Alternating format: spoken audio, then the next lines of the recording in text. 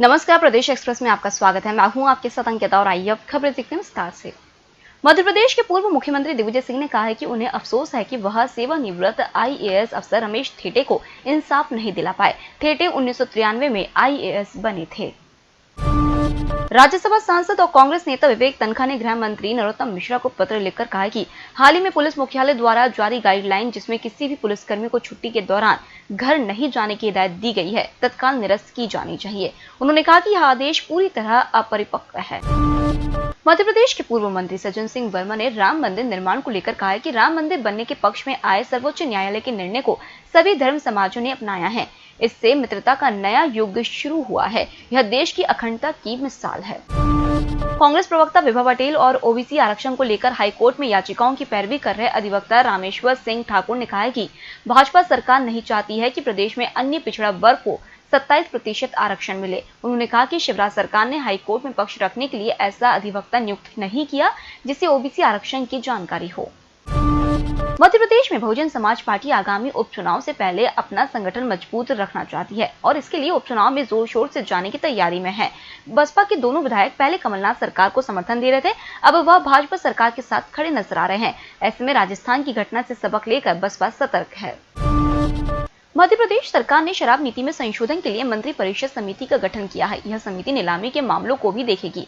समिति में वाणिज्य कर व वित्त मंत्री जगदीश देवड़ा, खाद्य मंत्री बिसाहू लाल सिंह, नगरीय विकास मंत्री भूपेंद्र सिंह, आदिम जाति मंत्री मीना सिंह और पशुपालन मंत्री प्रेम सिंह पटेल सदस्य बनाए गए हैं। सरकारी जमीनों के प्रबंधन के लिए भी समिति बनाई गई है। कोरोना संकट से जूझ रही मध्य प्रदेश की सरकार के समक्ष अतिरिक्त कर्ज लेने का संकट पैदा हो गया है। यदि केंद्र की शर्तें अधूरी रही तो प्रदेश को अतिरिक्त कर्ज नहीं मिल पाएगा, जिसके कारण कई जरूरी काम अटक सकते हैं। हाईकोर्ट की इंदौर पीठ ने उज्जैन जेल में बंद छेड़छाड़ के आरोपी विक्रम बाघरी को इस शर्त पर जमानत दी है कि वह रक्षाबंधन के दिन सुबह 11 बजे पीड़िता के घर जाकर उससे राखी बंधवाएगा। बाघरी पर आरोप है कि उसने अप्रैल माह में पड़ोस में रहने वाली महिला के घर में घुसकर छेड़छाड़ की थी। कोर्ट ने बाघरी को पीड़िता को 11,000 और उसके बेटे को 5,000 रुपए, कपड़े व मिठाई देने का आदेश भी दिया है। आरोपी को कोरोना प्रोटोकॉल का पालन करने के लिए लिखित अंडरटेकिंग भी देनी होगी। इंदौर में बेस्ट प्राइस के पास बाईपास लिंक रोड पर शनिवार रात 3 बजे युवती की गला रेत कर हत्या कर दी गई। घटनास्थल का निरीक्षण करने पर पता चला रहा है कि युवती मदद मांगने के लिए लगभग 90 कदम तक दौड़ी भी थी, लेकिन गिर पड़ी और उसकी मौत हो गई। इस मामले में पुलिस को 24 घंटे बाद भी कोई सुराग नहीं मिला है। युवती की उम्र 20 से 25 साल के बीच है।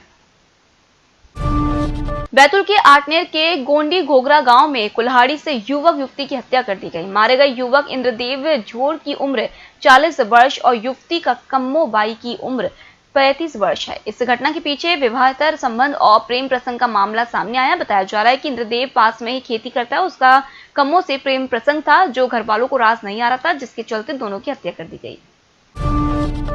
इंदौर में वेब सीरीज का झांसा देकर पॉर्न फिल्म बनाने के मामले में खुलासा हुआ है कि जिन कारोबारियों के फार्म हाउस पर पॉर्न फिल्म की शूटिंग की जाती थी, उनके मालिकों से संबंध बनाने के लिए लड़कियों पर दबाव डाला जाता था। इस मामले में फोटोग्राफर और मॉडल कोऑर्डिनेटर की भूमिका की जांच भी की जा रही है। साइबर सेल को पता चला है कि इस रैकेट में हाई प्रोफाइल स्कॉट सर्विसेज से जुड़ी लड़कियां व महिलाएं भी शामिल है, जो हॉट फिल्म शूट के नाम पर कई उभरती मॉडल्स को शूटिंग के लिए उकसाती हैं। उज्जैन में एसपी मनोज सिंह के नाम से फर्जी फेसबुक आईडी बनाकर उनके परिचितों से रुपए की मांग करने वाले साइबर अपराधियों को पुलिस अभी तक गिरफ्तार नहीं कर पाई है। इस बीच सेवानिवृत्त जिला एवं सत्र न्यायाधीश एसकेपी कुलकर्णी के नाम से भी फर्जी फेसबुक आईडी का मामला सामने आया है। आरोपियों ने कुलकर्णी के नाम से आईडी बनाकर पैसे की मांग की है। भोपाल के अशोका गार्डन क्षेत्र में 10वीं कक्षा की छात्रा का पीछा करके एक युवक ने अश्लील हरकत कर दी।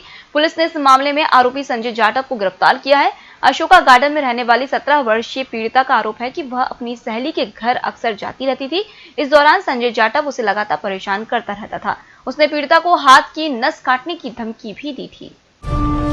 मध्य प्रदेश हाईकोर्ट की इंदौर खंडपीठ में हनी ट्रैप कांड से जुड़े सभी आरोपियों, दलालों और संबंधितों के नाम जो चार्जशीट में छुपाए गए हैं, उन्हें कोर्ट के सामने प्रस्तुत करने का आदेश दिया है।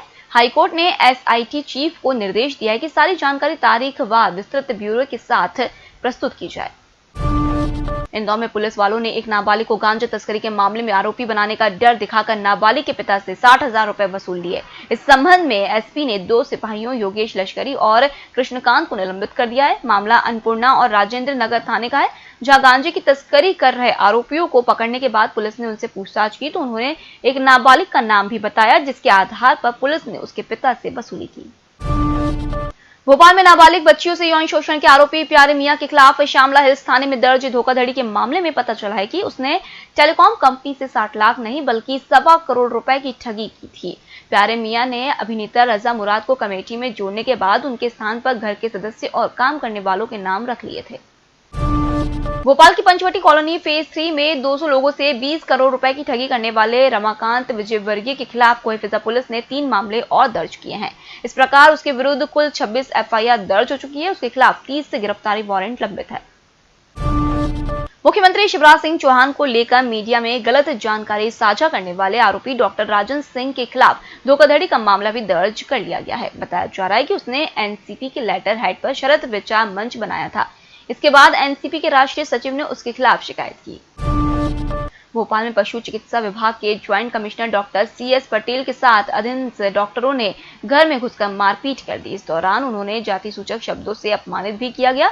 पटेल का आरोप है कि उनके साथ पदस्थ डॉक्टर अनिल शर्मा और अरविंद चतुर्वेदी अस्पताल के कर्मचारियों के साथ अच्छा व्यवहार नहीं करते हैं, जिसकी शिकायत उन्होंने उच्च अधिकारियों से की थी। इससे नाराज होकर अनिल और अरविंद ने उनके निवास में घुसकर उनके साथ मारपीट की।